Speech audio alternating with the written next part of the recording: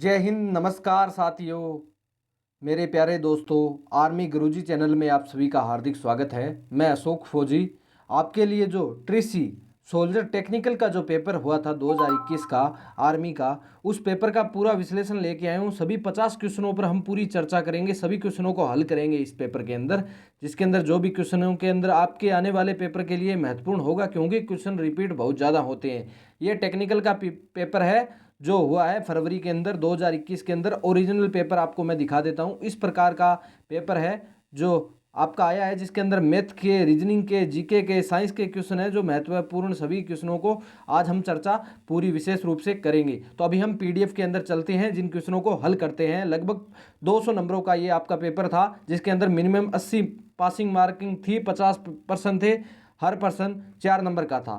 तो शुरू करते हैं अपना पीडीएफ के अंदर। अभी आप देख पा रहे हैं पीडीएफ के अंदर सामान्य विज्ञान के जो क्वेश्चन आए थे ज्ञान के, वो 1 से 5 क्वेश्चन आए थे सेक्शन ए के अंदर। पहला क्वेश्चन था, विश्व में कौन सी महिला सबसे पहले माउंट एवरेस्ट पर चढ़ी थी? बछेंद्री पाल, जुको तबेवी, योको ओनो या आगुसुना? तो सबसे पहले जो चढ़ने वाली विश्व की महिला थी वो जुको तबेई थी, जो जापान की महिला थी। और भारत के अंदर बछेंद्री पाल सबसे पहले चढ़ी थी, लेकिन विश्व के अंदर पहले पूछा है तो ये जुको तबेई इसका सही आंसर होगा। दूसरे क्वेश्चन की ओर हम बढ़ते हैं। पहला ओलंपिक खेल कहाँ पर हुआ था? First Olympic games were held at एथ सेंट लुइस, स्पार्टा या रोम? तो पहला जो ओलंपिक खेल हुआ था वो एथ्स के अंदर हुआ था। एथ्स इसका सही आंसर होगा, जिसने एथ्स किया है वो एकदम सही आंसर है। तीसरा क्वेश्चन आया था, Panama canal joins which two great oceans? Panama नहर किन दो महासागरों को जोड़ती है? हिंद महासागर या प्रशांत महासागर? दूसरा है हिंद महासागर या अटलांटिक महासागर? अटलांटिक महासागर या प्रशांत महासागर या अंटार्कटिक महासागर या अंटार्कटिका महासागर?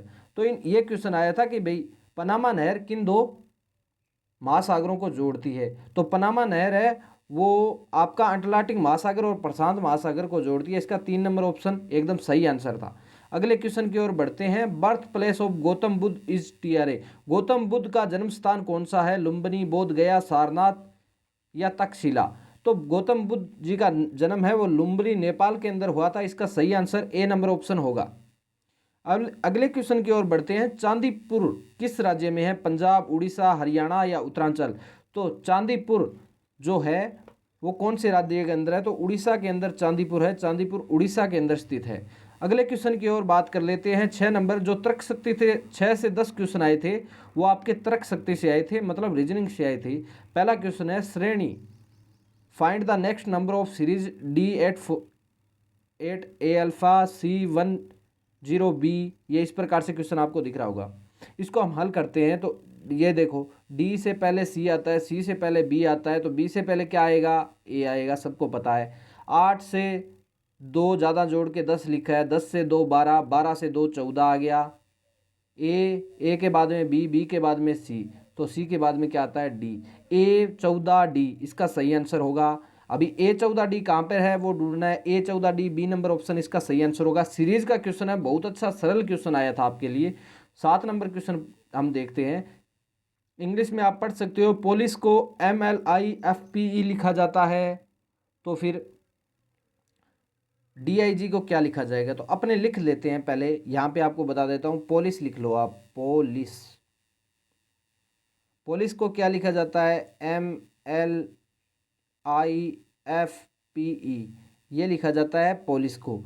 अब इसके अंदर हम हल करते हैं तो ये देखो, पी से एम कितने पर? 13 पर, तो 3 का अंतर आ रहा है, यहाँ भी 3 का अंतर आ रहा है, यहाँ भी 3 का अंतर आता है, तो DIG में भी 3 का अंतर ही आएगा। डी से पहले 3, पहले क्या आता है? ए आता है। आई 9 पे आता है, 9 से 3 गए तो कितना आ गया? 5। 5 पे एफ आता है। उसके बाद में जी 7 पर आता है, 7 में से 3 गए 4, 4 पर डी आता है। AFD इसका सही आंसर होगा, जो आपका 2 नंबर ऑप्शन के अंदर दिखाई दे रहा है। AFD इसका सही आंसर होगा, बी नंबर ऑप्शन। इसी प्रकार हम आगे बढ़ते हैं 8 नंबर क्वेश्चन के अंदर कि आयु में ए बी से बड़ा है, सी बी से बड़ा है, पर ए से छोटा है। ये बहुत अच्छा क्वेश्चन है, सीरीज का क्वेश्चन है। अपना जैसा दिया हुआ है उसी प्रकार लिख लेते हैं। क्या है कि ए जो बी से बड़ा है, हम ये लिख लेते हैं भाई, ए है वो किससे बड़ा है? बी से। बी से बड़ा है। सी बी से बड़ा है। अभी सी क्या है? बी से बड़ा है, तो सी यहाँ पे लिख लेते हैं। पर ए से छोटा है, ए से छोटा लिख दिया हमने, ठीक है। डी ई और बी दोनों से छोटा है, डी है वो ई और बी, यहाँ ई लिख लो फिर डी लिख लो, ये डी क्या है, ई और बी दोनों से छोटा हो गया डी। बी ई से बड़ा है, ठीक है, बी है वो ई से बड़ा है, ठीक है, सही है। तो ज्ञात करें सबसे बड़ा कौन है। अभी सबसे बड़े की बात कर लेते हैं, तो सबसे बड़ा ए है, सबसे छोटा डी है, तो सबसे बड़ा कौन सा है, ए है, ए इसका सही आंसर होगा, ए सबसे बड़ा था। इसी प्रकार आपको मेरे को लग रहा है बहुत अच्छा क्वेश्चन था। 58, 52, 46, 40, 34 अगली संख्या क्या होगी। रीजनिंग के तो बहुत अच्छे टेक्निकल के अंदर सवाल है वो पूछे गए हैं। 58 में से 6 गए 52 आते हैं, 52 में से 6 गए 46 आते हैं, 46 में से 6 गए 40 है, 34 में से 6 जाएंगे कितने आएंगे, 28 आएंगे। तो सी नंबर ऑप्शन 28 इसका सही आंसर होगा।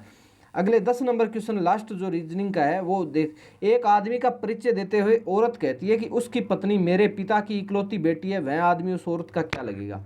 मतलब एक औरत कहती है एक आदमी से कि उसकी पत्नी, मतलब उस आदमी की पत्नी मेरे पिता की इकलौती बेटी है, मतलब इकलौती बेटी है मतलब क्या है, वो आदमी उसका पति है। क्यों इकलौती बेटी कौन हुई, उसकी जो उसका ससुर है उसकी इकलौती बेटी उसकी पत्नी हुई, तो उसका पति होगा, हस्बैंड, इसका सही आंसर होगा बी नंबर ऑप्शन। अगले क्वेश्चन की ओर बढ़ते हैं, जो कि भौतिक विज्ञान से आपके 11 से 25 क्वेश्चन है वो पूछे गए हैं। उन 11 से 25 क्वेश्चनों का हम अभी आंसर देंगे। पहला है रॉकेट किस सिद्धांत पर कार्य करता है, केपलर का सिद्धांत, न्यूटन का सिद्धांत, या गति संरक्षण, या कूलाम का सिद्धांत। तो आपको बता है रॉकेट किस सिद्धांत पर काम करता है, तो रॉकेट है वो न्यूटन के सिद्धांत पर काम करता है, न्यूटन इसका सही आंसर होगा। अगला नंबर 12 नंबर क्वेश्चन है, विद्युत बैटरी का आविष्कार किसने किया था। बैटरी में हमें वोल्ट होती है, तो वोल्टा ने इसका आविष्कार किया था, वोल्टा, वोल्टा इसका सही आंसर होगा। अगला नंबर क्वेश्चन है, सूर्य से आती हुई किरण जिस बिंदु पर मिलती है उसे क्या कहते हैं। तो सूर्य से आती हुई किरणें जहां पर मिलती हैं उस बिंदु को फोकस कहते हैं। आपको पता होगा कि सूर्य से अब एक वो दर्पण सा आता है जिसे हम लगाते हैं तो जलन उत्पन्न होती है, क्योंकि एक जगह किरणें फोकस होती है, जहाँ पे इकट्ठी होती है उसको फोकस कहा जाता है उस बिंदु को, तो फोकस इसका सही आंसर होगा। 14 नंबर क्वेश्चन है, 0 डिग्री सेल्सियस का फारेनहाइट स्केल क्या होता है। आपको पता होगा कि 0 डिग्री सेल्सियस को 32 फारेनहाइट के अंदर लिखा जाता है, तो 32 फारेनहाइट इसका आंसर होगा, 32 बी ऑप्शन है। सामान्य ऐसा जनरल क्वेश्चन आपके लिए पूछा गया था, 32 फारेनहाइट। श्वेत प्रकाश से ये प्राप्त वर्णक्रम में किस रंग की किरण के विचलन न्यूनतम होता है। मतलब श्वेत प्रकाश से कौन से रंग के किरण का विचलन सबसे कम होता है। सबसे कम जो विचलन होता है वो आपका लाल रंग का होता है, लाल रंग का सबसे कम विचलन होता है, वो तरंग दैर्ध्य जो होती है वो इसकी सबसे ज़्यादा होती है। ये सही आंसर इसका ये होगा, स्पेक्ट्रम है वो कम होता है लाल रंग का। आगे हम बात कर लेते हैं अगला क्वेश्चन 16 नंबर क्वेश्चन, कोणीय संवेग का मात्रक क्या है। 16 नंबर क्वेश्चन है, कोणीय संवेग का मात्रक होता है वो केजी मीटर स्क्वायर सेकंड होता है, प्रति सेकंड। कोणीय संवेग का मात्रक ये होता है। आपको विमाएं मैंने पढ़ा दूंगा अभी। किस तापमान पर सेल्सियस और फारेनहाइट दोनों समान होते हैं। तो सेल्सियस और फारेनहाइट कौन से मान पर समान होते हैं, -20 सेंटीग्रेड, 100 सेंटीग्रेड, 40 सेंटीग्रेड या 30 डिग्री, तो 30 सेंटीग्रेड। तो इसका आंसर होगा जो अपना होगा -40 सेंटीग्रेड। 40 सेंटीग्रेड पर सेल्सियस और फारेनहाइट का मान है वो दोनों बराबर होते हैं, ये आपको मैं बता देता हूँ। ये क्वेश्चन एकदम सामान्य से क्वेश्चन आपसे पूछे गए हैं। और अगर आप इस चैनल पे नए हो और आर्मी की तैयारी करना चाहते हो मेरे से, तो चैनल को सब्सक्राइब कर ले ताकि आने वाला वीडियो जो भी डालूं उसका आपके पास नोटिफिकेशन आ जाए। बैरामीटर में किसका प्रयोग किया जाता है। इन बैरामीटर इज यूज्ड, मतलब बैरामीटर के अंदर किसका प्रयोग किया जाता है। तो आपको मैं ये तो बहुत बार आ जाता है, पारा किसके अंदर, मरकरी पारा बैरामीटर के अंदर प्रयोग किया जाता है। अगला क्वेश्चन है वो है, लेंस की क्षमता को में मापा जाता है। लेंस की क्षमता को किस में मापा जाता है, तो डायोप्टर के अंदर लेंस की क्षमता को मापा जाता है। ये दोनों सरल ही क्वेश्चन है। अगले क्वेश्चन की ओर बात कर लेते हैं 20 नंबर की, एक असौ शक्ति कितने वाट के बराबर होती है। तो एक असौ शक्ति किसके बराबर होती है, 746 वोल्ट के बराबर होती है एक असौ शक्ति, ये याद रखना। अभी अगला है, अपवर्तन के दूसरे नियम को किस नाम से जाना जाता है। हाइजन का नियम, मैक्सवेल का नियम, स्नेल का नियम या न्यूटन का नियम। तो अपवर्तन के जो दूसरा नियम है उसको किस नाम से जाना जाता है, यही पूछा गया है। तो इसका आंसर होगा स्नेल के नियम के नाम से जाना जाता है अपवर्तन के नियम को। सी नंबर ऑप्शन इसका सही आंसर होगा। जिसने सी किया है उसने एकदम करेक्ट किया है। प्रति इकाई क्षेत्र में लगने वाले बल के मान को क्या कहते हैं? प्रति इकाई के ऊपर जो बल लगता है उसको हम कहते हैं दबाव या प्रेशर। हम एक जगह पर, ये एक समतल जगह है, इसके हम प्रति इकाई के ऊपर हम जब दबाव देंगे उसे दबाव ही कहते हैं, हम प्रेशर ही कहते हैं। एक इकाई के ऊपर दिया जाने वाला बल एक प्रेशर कहलाता है, जिसे दबाव कहा जाता है, जिससे कोई भी चीज़ अगर नरम हो तो वो मुड़ भी जाती है। तो इस प्रकार आप याद रख लेना इस क्वेश्चन को। डाइन की इकाई क्या होती है? डाइन आपको पता है बल की इकाई होती है। बल की न्यूटन व डाइन दोनों होती है। अंकेश पद्धति के अंदर डाइन इकाई होती है बल की, तो बल की इकाई डाइन होती है। अगला क्वेश्चन है वो है प्राथमिक रंगों का सही समूह कौन सा है? तो प्राथमिक रंगों के अंदर रेड, ब्लू और ग्रीन आता है। रेड, ब्लू और ग्रीन इसका सही आंसर होगा। रेड, ब्लू और ग्रीन। लाल, नीला, हरा। लाल, नीला, हरा। लाल, नीला, हरा। लाल, नीला इसके अंदर नहीं आया था शायद, तो लाल, नीला, हरा आप याद रख लेना इस क्वेश्चन का आंसर। ठीक है, इस मिस प्रिंटिंग हो गया थोड़ा सा। फोटो सेल प्रकाश ऊर्जा में बदलता है। फोटो सेल है वो प्रकाश ऊर्जा में बदलता है। किस ऊर्जा को बदलता है? तो आपको पता होगा जो फोटो सेल है वो विद्युत ऊर्जा को बदलता है। तो विद्युत, इलेक्ट्रिकल एनर्जी इसका सही आंसर होगा। फोटो सेल है वो। A photo cell convert light energy into, किसके अंदर लाइट एनर्जी को, प्रकाश ऊर्जा को बदलता है। तो इसका सही आंसर इलेक्ट्रिकल इंजन एनर्जी होगा। अभी गणित के आगे हैं जो 26 से 40 क्वेश्चन गणित के आगे हैं। पहला क्वेश्चन आप देख सकते हो इस प्रकार से है, A and B can do a work 12 दिन। ए प्लस बी दोनों एक काम को 12 दिन में करते हैं। बी और सी 15 दिन में, सी और ए 20 दिन में। तो ये तीनों इकट्ठा काम करें तो कितने दिन में पूरा कर सकते हैं? बहुत सरल क्वेश्चन है, आपको मैं अभी बता देता हूँ इस क्वेश्चन का आंसर।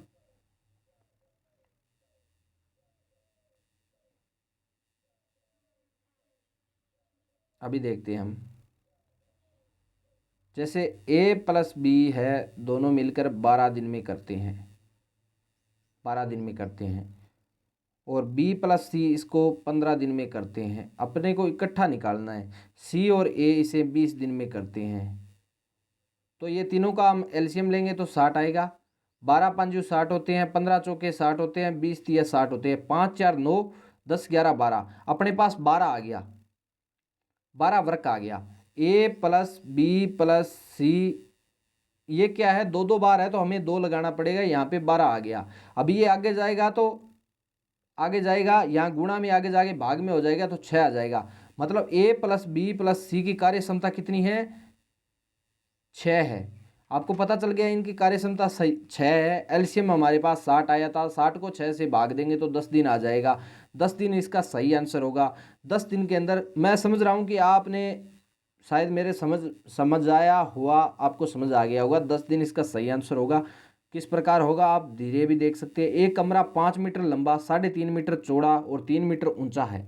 बहुत अच्छा क्वेश्चन है। तो चारों दीवारों का क्षेत्रफल हमें निकालना है। 27 नंबर क्वेश्चन के अंदर चारों दीवारों का हमें क्षेत्रफल निकालना है। तो क्षेत्रफल का सूत्र, इसका एक कमरा है, आपको पता है कमरा एक आयताकार सा बना होता है, जिसके अंदर कमरा किस प्रकार बना होता है सभी को पता होगा। इस प्रकार से आपका कमरा है वो बना होता है।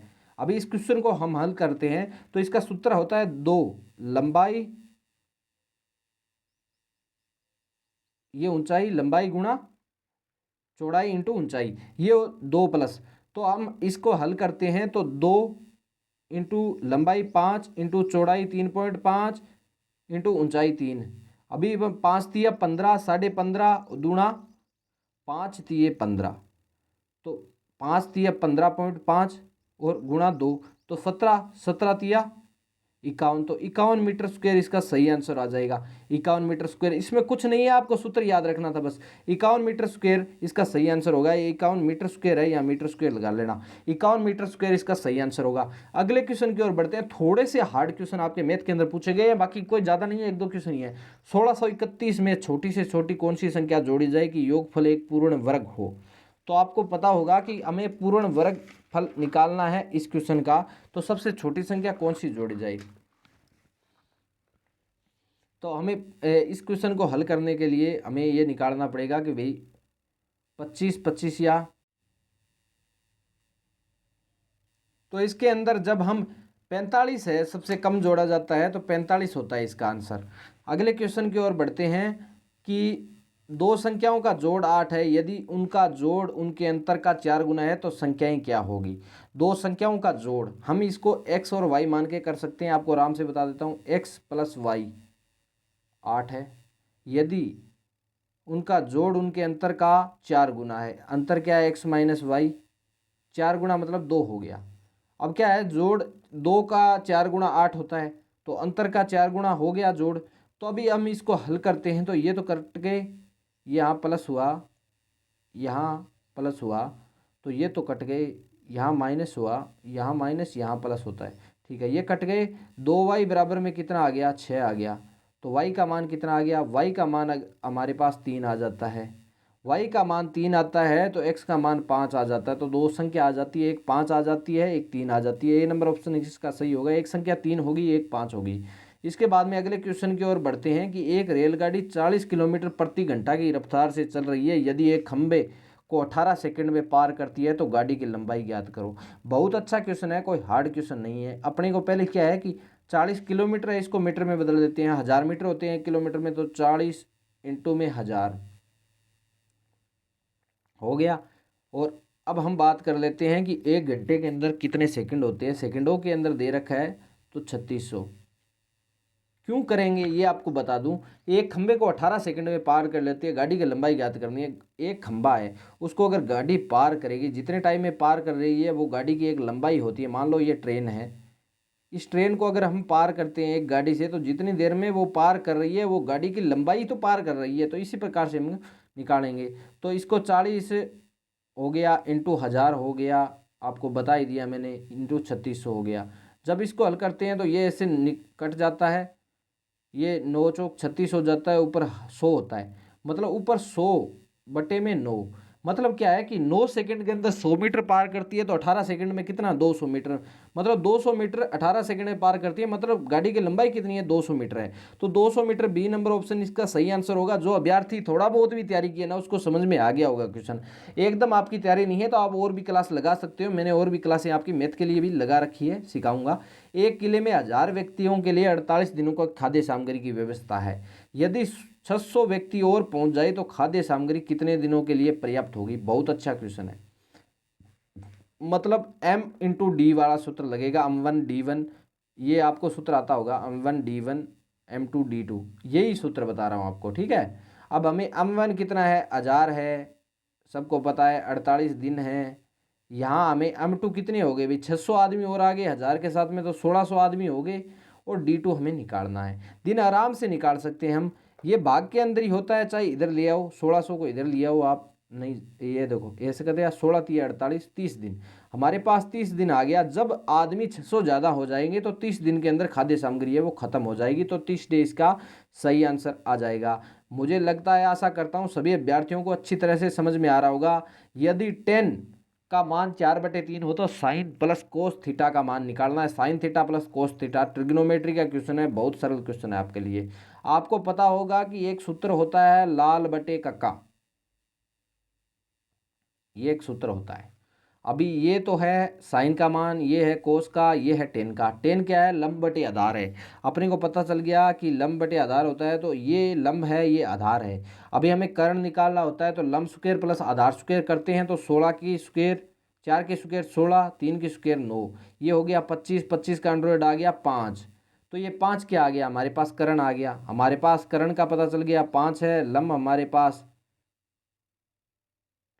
पास कितना है, 4 है, और आधार हमारे पास 3 है। हमको पता चल गया कि लम्ब हमारे पास 4 है, आधार हमारे पास 3 है, कर्ण हमारे पास 5 है। अब हम आराम से निकाल लेते हैं लाल बट्टा कक्का से। अभी हम लाल बट्टा कक्का का अगर उपयोग करते हैं तो साइन थीटा का मान निकालते हैं, तो लंब बटे में कर्ण होता है।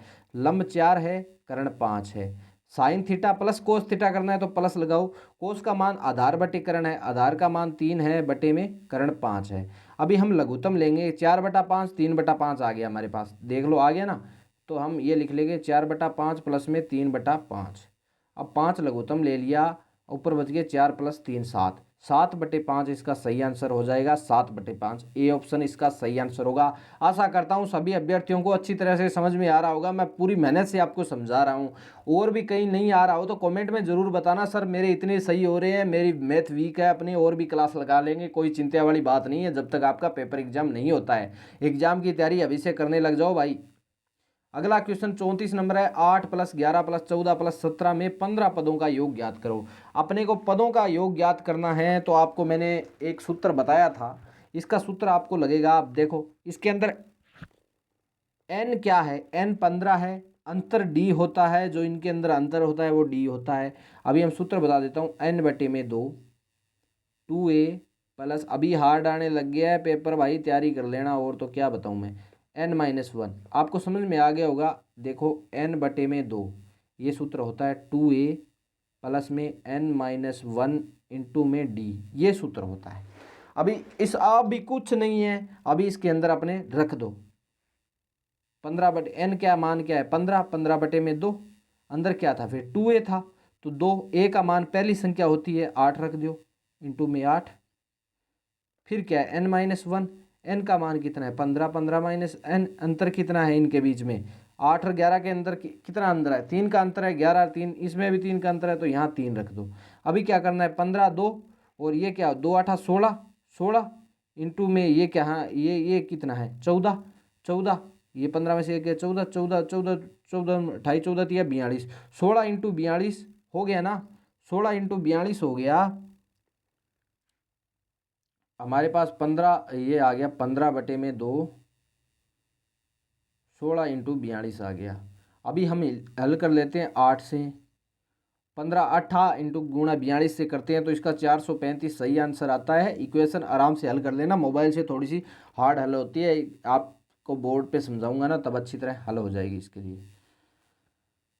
अगला क्वेश्चन 35 नंबर है, यदि विक्रय मूल्य को दुगुना कर दिया जाए तो लाभ को तिगुना हो जाता है, तो लाभ प्रतिशत ज्ञात करो। आपको पता है कि लाभ प्रतिशत बराबर क्या होता है, सभी को पता होगा लाभ बराबर क्या होता है। लाभ बराबर होता है विक्रय मूल्य माइनस में क्रय मूल्य बटे में 100 होता है, ये सभी को पता है, विक्रय मूल्य बटे में माइनस क्रय मूल्य बटे में 100 होता है। अभी अपने को देखो क्या कर रहा है कि विक्रय मूल्य को 2 गुना कर दिया जाए तो लाभ 3 गुना हो जाता है। अब हम इसको ऑप्शन से ले लेते हैं, पहला ऑप्शन लेते हैं 100। अब विक्रय मूल्य को 2 गुना किया, मान लो 2 गुना कर दिया, ये क्रय मूल्य है इसको 2 गुना कर दिया 200 हो गया, विक्रय मूल्य 200 हो गया। अभी कह रहा है कि विक्रय मूल्य को दुगुना हो जाता है तो लाभ 3 गुना हो जाता है। अभी अब हम विक्रय मूल्य को कितना गुना कर रहे हैं 3 गुना कर रहे हैं, 100 का 3 गुना करते हैं, विक्रय मूल्य को हम ये करेंगे इसको दुगुना करते हैं तो ये 400 हो जाता है विक्रय मूल्य, विक्रय मूल्य 400 हो जाता है। अभी कह रहा है लाभ कितना गुना हो जाता है 3 गुना, ये देखो 100 का 3 गुना कितना हो गया 400 हो गया। 100 में से भाई 400 में से 100 गए 300 ही बचते हैं, तो 300 100 का कितना प्रतिशत है 3 गुना ही तो है, तो 3 गुना ए ऑप्शन इसका सही बैठता है। इस प्रकार से आप प्रश्न को आराम से ऑप्शन से सही कर सकते थे, इक्वेशन भी बता सकता हूँ मैं, कोई दिक्कत वाली बात नहीं है। लेकिन अभी 13,401 में से कम क्या घटाया जाए कि वह 11 से पूरी तरह विभाजित हो जाए। बहुत अच्छा क्वेश्चन है, 13,401 में से कम क्या घटाया जाए कि वह पूरी तरह विभाजित हो जाए। तो अपने क्या है कि 11 से विभाजन करना है और क्या कितना घटाना है अब देख लेते हैं। 13,401 है, 11 से भाग देते हैं हम, ये देखो 11 एकम 11, नीचे बच गए 2, यहाँ बच के 2, चलो मान लेता हूँ मैं 2 बच गए, 12 13 2 बचे हैं, ऊपर से उतरा 11 दूना 22। अब हमारे पास 2 बच गए, यहाँ 0 22 23 24 2 101 आएगा, सॉरी यहाँ 101 आएगा। 101 में से हम करते हैं तो 11 निमा 99 हो जाता है।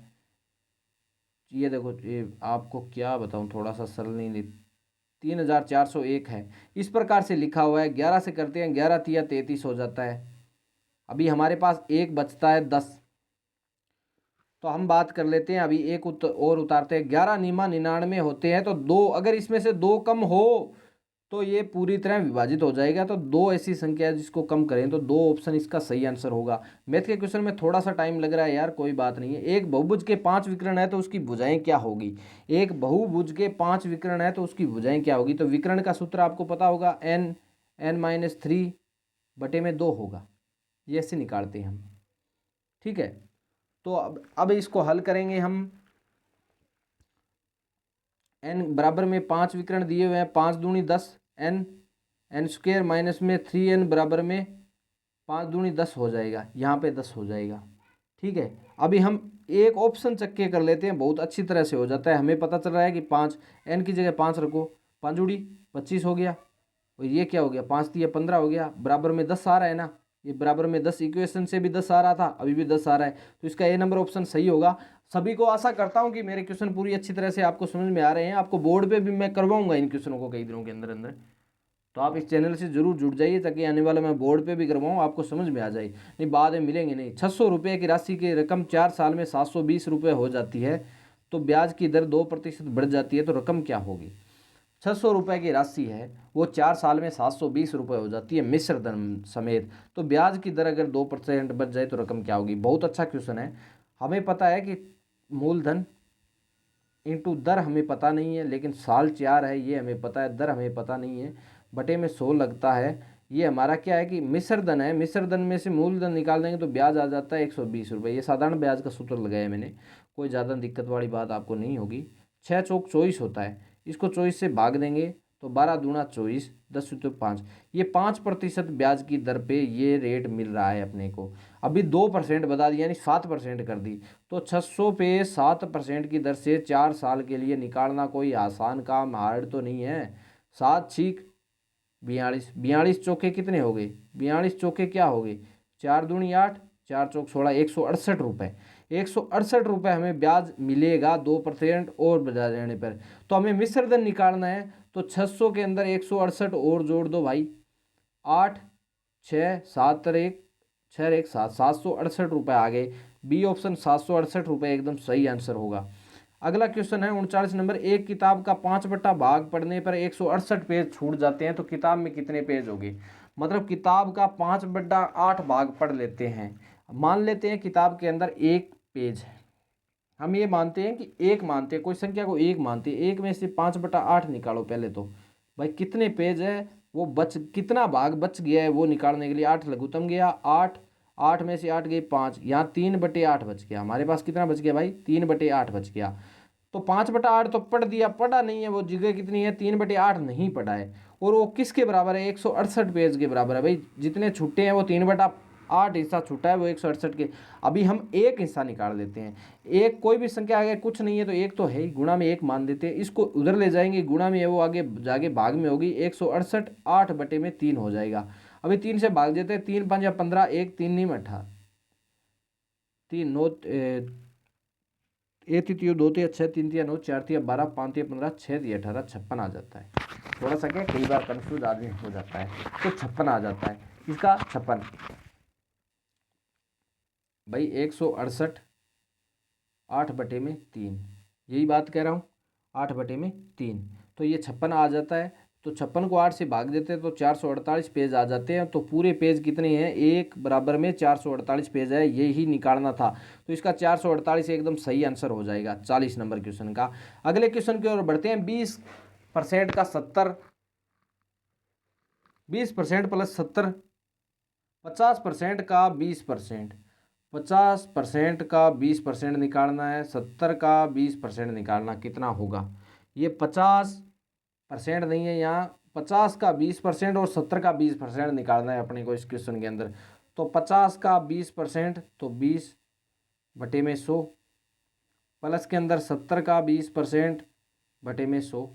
सही है भाई, इसको इससे घाटेंगे, 5 दूनी 10 हो जाएगा, यहाँ कितना हो जाएगा, 2 बिंदु से 7 दूनी 14 हो गया, 10 सर 7 दूनी 14, 24 इसका सही आंसर होगा। ए नंबर ऑप्शन इसका सही आंसर होगा। शायद परसेंटेज तो निकालना आता होगा, बहुत सरल है। अभी हम रासायनिक विज्ञान के अंदर बढ़ गए हैं, रसायन शास्त्र के अंदर 41 से 50 क्वेश्चन है। खाने वाले सोडे का क्या नाम है, खाने वाले सोडे का क्या नाम है, NaHCO3, NaHCO3 होता है, आपको सही बता देता हूँ, NaHCO3 इसका सही आंसर होगा। अगला है what is a chemical formula of रोक, रोक साल्ट का रासायनिक फॉर्मूला क्या होता है? रोक साल्ट का रासायनिक फॉर्मूला NaCl होता है, सोडियम क्लोराइड जिसको कहा जाता है नमक। अगला क्वेश्चन है मेडलिप की आवर्त सारणी में निम्न में से किस पर निर्भर करती थी? तो मेडलिप की आवर्त सारणी परमाणु भार या परमाणु द्रव्यमान पर निर्भर थी, 1 नंबर ऑप्शन इसका सही होगा। उसके बाद में जो आधुनिक सारणी बनी थी वो परमाणु क्रमांक पे थी, लेकिन पहले मेडलिप की परमाणु द्रव्यमान के अंदर थी, इसके कारण इसको छोड़ दिया गया था। समभारिक वह परमाणु है जिसमें क्या समान होते हैं? समभारिक के अंदर क्या समान होते हैं? समस्थानिक और समभारिक दो प्रकार के परमाणु होते हैं, जिसके अंदर समभारिक के अंदर परमाणु द्रव्यमान समान होता है और समस्थानिक के अंदर परमाणु संख्या समान होती है। इसी प्रकार से ये क्वेश्चन है, इसका परमाणु द्रव्यमान सही आंसर होगा। ग्रीन हाउस प्रभाव किसके कारण होता है? ग्रीन हाउस प्रभाव है वो किसके कारण होता है? तो ग्रीन हाउस प्रभाव कार्बन डाइऑक्साइड के कारण होता है। अगला क्वेश्चन है निम्न में से बहुतायत में पाए जाने वाला हाइड्रोकार्बन प्रदूषक है, सबसे ज्यादा पाए जाने वाला हाइड्रोकार्बन प्रदूषण कौन सा करता है? तो इसके अंदर मीथेन इसका सही आंसर होगा, CH4 मीथेन होता है ना, तो ये इसका सही आंसर होगा भाई। निम्नलिखित में से सबसे ताकतवर अम्ल कौन सा है? तो HCl हाइड्रोक्लोरिक अम्ल सबसे ताकतवर अम्ल होता है। अगला क्वेश्चन है सफेद फास्फोरस को हमेशा पानी में रखने का क्या कारण है? सफेद फास्फोरस को हमेशा पानी में किस लिए रखा जाता है भाई, क्यों रखा जाता है? तो जलने से बचाने के लिए इसका सही आंसर होगा D नंबर, जलने से बचाने के लिए इसको पानी के अंदर सफेद फास्फोरस को रखा जाता है। शुद्ध पानी का पीएच का मान कितना होता है? तो शुद्ध पानी का पीएच का मान क्या होता है? 7 होता है। शुद्ध पानी का पीएच का मान 7 होता है, हमेशा याद रखना, उदासीन होता है ना। क्लोरोफॉर्म का आणविक सूत्र क्या है? क्लोरोफॉर्म का आणविक सूत्र क्या है? तो CHCl3 इसका सही आंसर हो जाएगा। अभी हम 50 क्वेश्चनों को हल कर चुके हैं, सभी अभ्यर्थियों को समझ में आ चुके होंगे।